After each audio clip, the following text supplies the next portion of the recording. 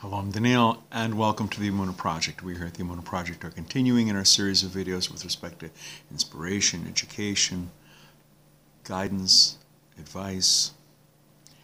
And a little while ago, I was discussing the Korach rebellion in the book of Numbers, chapter 16. Korach, one of the Levites, started a rebellion, a revolt, against the authority of Moshe Rabbeinu, the authority of Moses. He wanted to usurp the leadership. It's interesting phraseology. Sometimes it's interesting not what the Torah says, but what the Torah doesn't say. In the first verse of the book of Numbers, chapter 16, it says, Korach, son of Yitzhar, son of Kahas, son of Levi, separated himself. Rashi observes that in detailing Korach's Yichus, his lineage, the Torah doesn't mention Yaakov Avinu. It doesn't mention Jacob. You'd figure if he's setting out the lineage, they go back to Jacob. Doesn't mention that. So what does Rashi say? It stops at Levi. Why? He explains that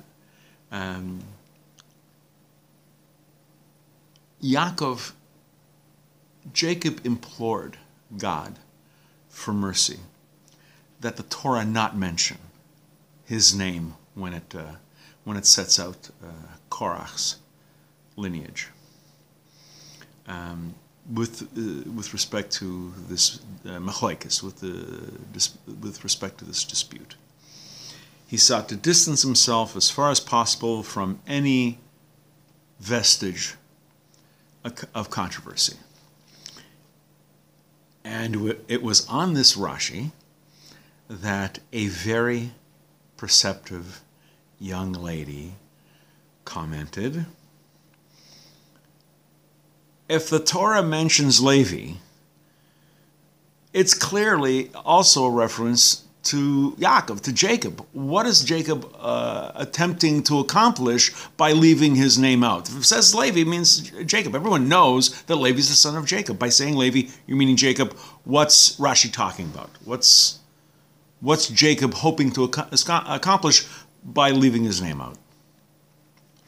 As is often the case, she was not the first to ask this question. Harav Zev Weinberger explains, with respect to this question, that Jacob's life has been marked by controversy.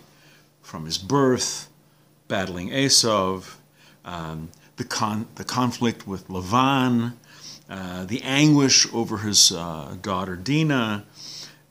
It was a continuation of a life crusading against evil and confronting it head on.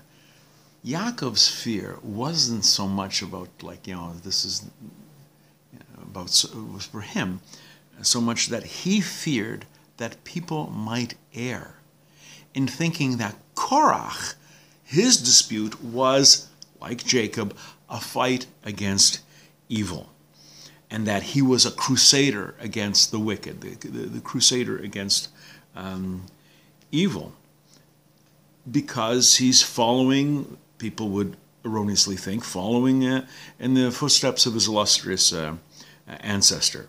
He wanted to dispel this notion. Korach did not seek to uproot evil. He was not battling L'Shem Shamayim in the name of heaven. He was not doing this as a Kiddush Hashem, as a sanctification of God's name. He didn't want to elevate his name. He wanted to elevate himself. Korach was arrogant. He was insecure. And he meant to undermine Moses' leadership. He was not a crusader. He was not a warrior for the sake of heaven. He was a Baalei Tshuva. He was an argumentative disputer, somebody who pursues a dispute as a means of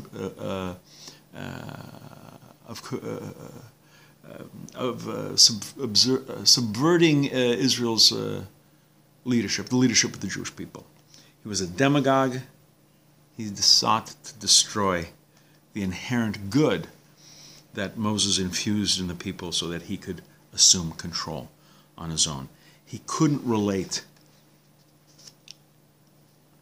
Yaakov couldn't relate to this kind of machlokes, this kind of wicked dispute. He was not a crusader. He wasn't fighting against evil. He was fighting against good. And what he doing was wicked. And this is why